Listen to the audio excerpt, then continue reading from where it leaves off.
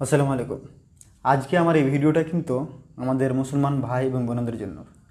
যারা অন্য ধর্মের আমার ভিডিওটি দেখছেন তাদের কাছে আমি আন্তরিকভাবে দুঃখিত এবং ক্ষমা চেয়ে নিচ্ছি যে আমি আপনাদের ধর্মকে খুব শ্রদ্ধা করি, আপনাদেরকে খুব সম্মান করি।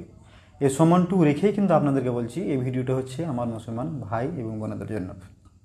তো কথাটা হচ্ছে যে আমাদের ভারতবর্ষে কমপক্ষে 140 কোটিরই মানুষ জনসংখ্যা বসবাস করে। তার মধ্য থেকে পার্সেন্ট থেকে কম মানে 17% মুসলমান এখানে বসবাস করে। এই 17% মুসলমানের কিন্তু আবাদিতে কমপক্ষে আমাদের এখানে কিন্তু এখনও 85 থেকে 90 জন কিন্তু এমপি আছে।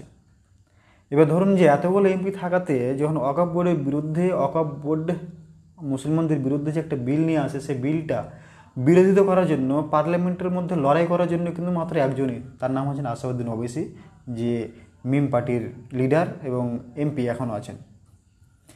তো এতগুলো পার্টি থাকা সত্ত্বেও তারা প্রতিবাদ করেছে ঠিক, কিন্তু সে ঠান্ডা যুদ্ধে তারা যদি সেগুলো পার্টিতে আলাদা আলাদা পার্টিতে ডিভাইডেড না হয়ে যদি একটা পার্টিতে থাকতো তাহলে কিন্তু তার ক্ষমতাটা আমি বলতে চাই না যে যারা 85টা আমাদের মুসলমান এমপি আছেন তার মধ্যে থেকে কিন্তু অন্যান্য ধর্মের লোকও তাদেরকে ভোট দিয়ে পাস করিয়েছেন। আমি অ্যাভারেজে ধরতে চাইছি যে 50টা যদি এমপি আমাদের কাছে থাকতো তাহলে কিন্তু তারা আমাদের বিরুদ্ধে বিল নিয়ে আসার আগে কিন্তু 10 বার না 100 বার পর্যন্ত ভাবতো। কিন্তু ওইখানে আমাদের সব থেকে দুর্বলতা যে আমরা যাদেরকে লিডার মনে করছি তারা কিন্তু আমাদের হয়ে লড়ছে না। তাই আমাদেরকে নিজের একটা লিডার চয়েস করতে হবে। আমরা নিজের লিডার চয়েস না করার কারণে কিন্তু আজকে আমাদের এই বহাল দশা। তাই আমি আপনাদেরকে একটা ছোট্ট করে অনুরোধ করছি, হাত জোর করে অনুরোধ করছি যে আপনারা যেই পার্টিটা করছেন তাতে সেই পার্টিটাকে রিজেন করার কোনো প্রশ্ন নেই। যতদিন আপনি ক্ষমতাতে আছেন সে ক্ষমতাতে থাকুন, তারপরে নিজের একটা পার্টি দাঁড় করানোর চেষ্টা করুন। আপনি যদি নিজের একটা পার্টি দাঁড় করানো না পারেন, মুসলমানদের হয়ে যদি আপনি মুসলমানদের আওয়াজটাকে সংসদের মধ্যে যদি তুলে ধরতে না পারেন, তাহলে আসাদুদ্দিন ওয়াইসির যে পার্টি আছে মিম পার্টি, সেই পার্টিতে আপনারা যোগ দিতে পারেন। বা পশ্চিমবঙ্গে যে আর একটা আইএসএফ একটা পার্টি আছে যে নওশাদ সিদ্দিকী যেটাকে দাঁড় করিয়েছে আব্বাস সিদ্দিকী, সে পার্টিতে আপনি আপনার এলাকাতে নিয়ে এসে সেই আমাদের মুসলমান ভাই বোন ভোটটা নিয়ে কিন্তু আপনারা সেই আওয়াজটা বিধানসভাতে তুলে ধরতে পারেন এবং সেখান থেকে আরও একটু দূরে সংসদ ভবনে সে আওয়াজটা তুলে ধরার চেষ্টা করতে পারবেন। কিন্তু তার আগে একটা আপনাদেরকে কথা বলে দিই যে এই ক্যান্ডিডেটগুলো নিয়ে আসার জন্য আপনাদের এলাকার লোকাল মানুষ যারা অন্য অন্য পার্টি করছেন বা দল করছেন তারা কখনও এই দলটার বিরোধিতা করবেন না। আপনাদের কাছে এটা আমার অনুরোধ। মানে আপনাদের এলাকাতে যদি কেউ এই পার্টিটা নিয়ে আসে, মানে মুসলমানের আওয়াজটাকে সেই সংসদ ভবনে পৌঁছানোর জন্য যদি আপনাদের এলাকাতে কোনো ক্যান্ডিডেট দাঁড় করায়, কোনো প্রার্থী দাঁড় করায়, তাহলে তার বিরোধিতা করবেন না, এটা আমার অনুরোধ রইল।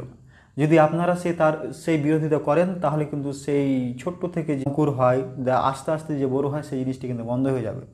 আর আশা করি আপনারা সবাই বুঝে গেছেন যে অন্যের বাবাকে বাবা বললেই কখন সে নিজের বাবা হয় না।